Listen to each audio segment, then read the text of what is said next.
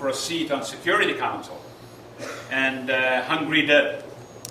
And 10 years ago, we had a three-way race for Security Council, and Canada came first. This past year, once again, we had a three-way race for Security Council, and Canada came last. So we don't have the same kind of respect internationally that we used to have with Stephen Harper, and we have to get back to that. And also, if I can tell you, for 7 years running under Liberal governments,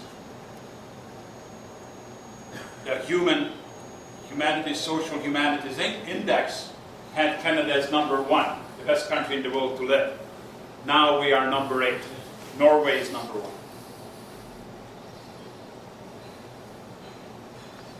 It's interesting that Mr. Ignatieff came back to Canada in time for an election after 15 years in the United States. Mr. Ignatieff has been back 5 years, and he got elected as the head of the Liberal Party. The Toronto Star did an interview with him, and they said, what made you come back, and what made you want to serve? And he said that he was at the car school, and tied in with the at the car school down in the States. And what he was teaching civic involvement, that people shouldn't be involved in government. And then when a group of Canadians went down to see him, and they said to him, Michael, we would like you to be civically involved, then he accepted. And he came up to Canada, he ran for a nomination, won the nomination for Etobicoke Lakeshore, got to be a member of Parliament, and then he ended up being the leader of the Liberal Party. Mr. Ignatieff has been all over the world. He was a correspondent. He covered virtually every part of the world. And the present Prime Minister we have never went abroad till he became Prime Minister, so he doesn't understand the rest of the world. And that was reflected by what happened to us on the vote for the Security Council. But if you get an opportunity, and maybe it can be set up here, because you can go on the website and see his presentation, and he talks about stuff, and see him present the platform, and see him answering questions. He's a very polite, respectful guy. And he told Stephen Harper, he says, I will not attack you personally. I will not attack your family the way you have done to me.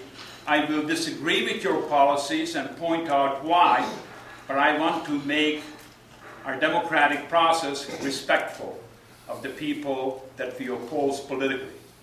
And I think that says a lot about the man.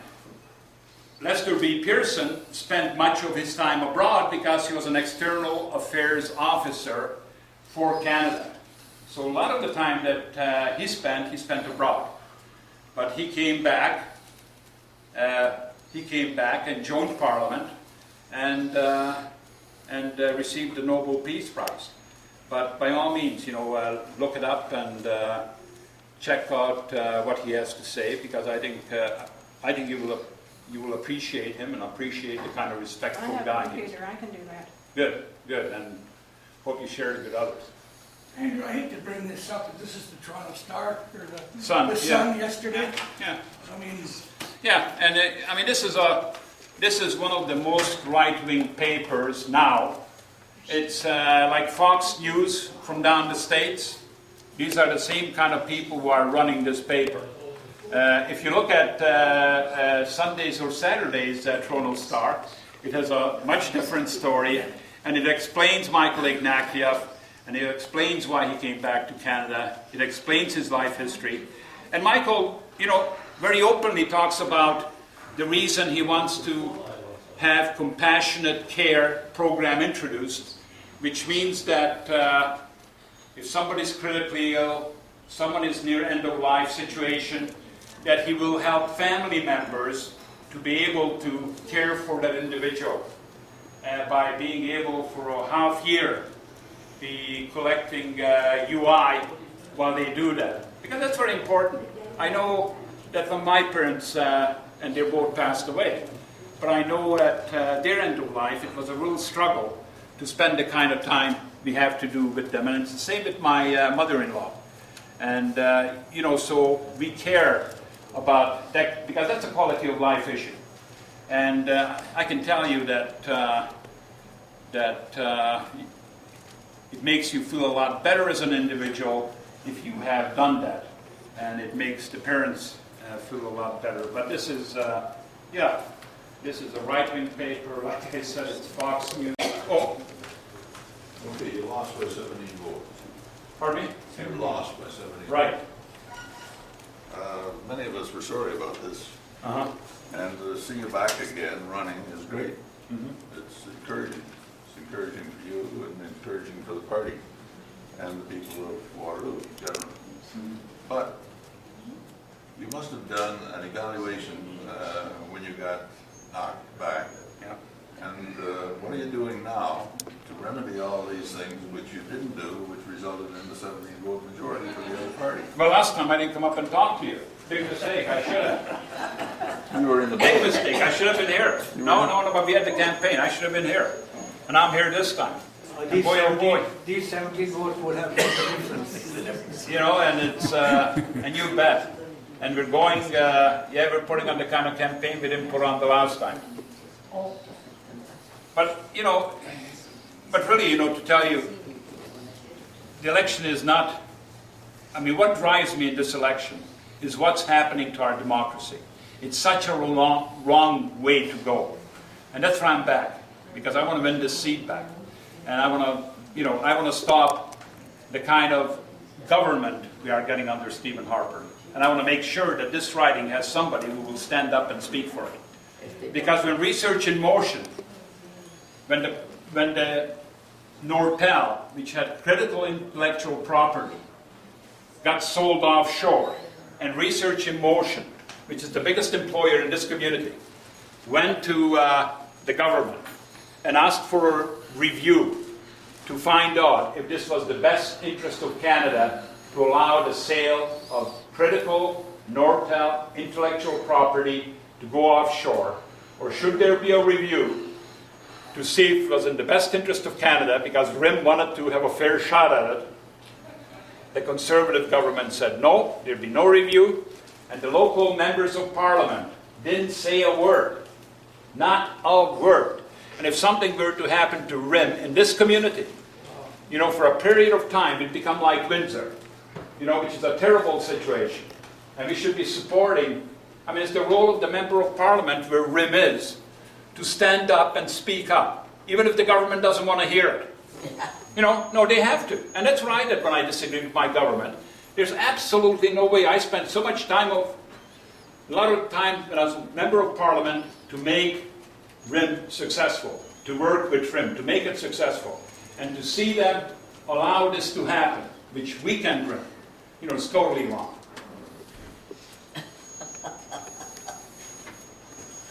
Well, it's encouraging to hear from you that you're going to carry the flag for democracy, because it's only occupying a small percentage of the total impact that so far that's coming across in the media. Yeah. It's something like what you did before when you were in. You know, you were carrying the ball, and but there needs to be more than yourself. Oh, yes. Because, you know, if you look at Canada and what has happened to its growth in the last 20 years in particular, we have a lot of people in the country who don't know what Canadian democracy is all about. And I'm afraid our schools are not teaching it. Actually, when I used to go to school, when I went to school, we used to get a citizenship mark. And we got to bring that back. And one of the things that I was pushing when I was up in Ottawa was to take citizenship and separate it from immigration. Because citizenship is something that belongs to all 33 million Canadians, not just graduate immigrants. And we should be teaching citizenship in the school. We should be getting the citizenship court judges going to the community, educating people about Canadian citizenship, the importance of Canadian citizenship. Yeah, I have a proposal in just on that.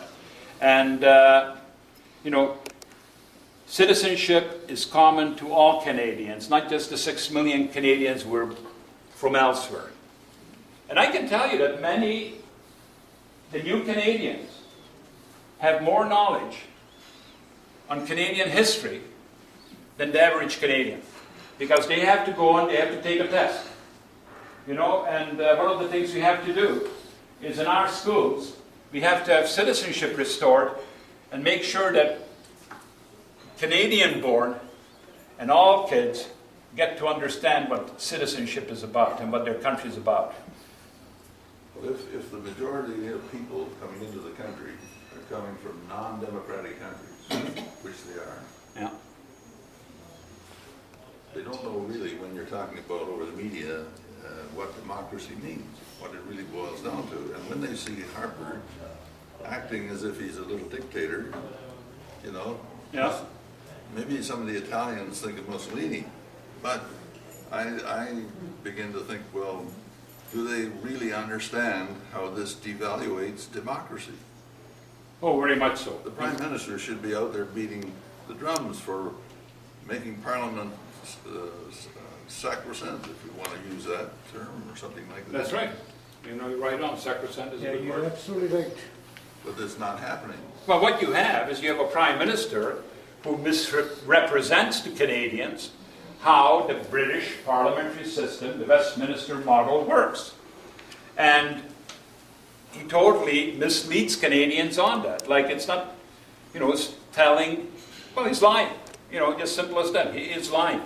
And that is wrong that the Prime Minister of the country would do that. But most of the brownie points he's earning is on the basis of leadership. Well, How yeah. come? Because he has already attacked the other leader so badly. No, that's not leadership. No, it's not. No, I agree with you. When I go to debates, when I went to debates the last election, I wore a pink shirt. And I explained the reason I'm wearing a pink shirt, because pink is anti-bullying color. And it's a sad day in Canada's history when the biggest bully in the country is the Prime Minister of Canada. And it sets a terrible example, because that kind of behavior is not acceptable anyplace else. If somebody behaved that way in this retirement home, or in any workplace, or any organization, that person would be kicked out. You know? And anyway, that's what we're dealing with.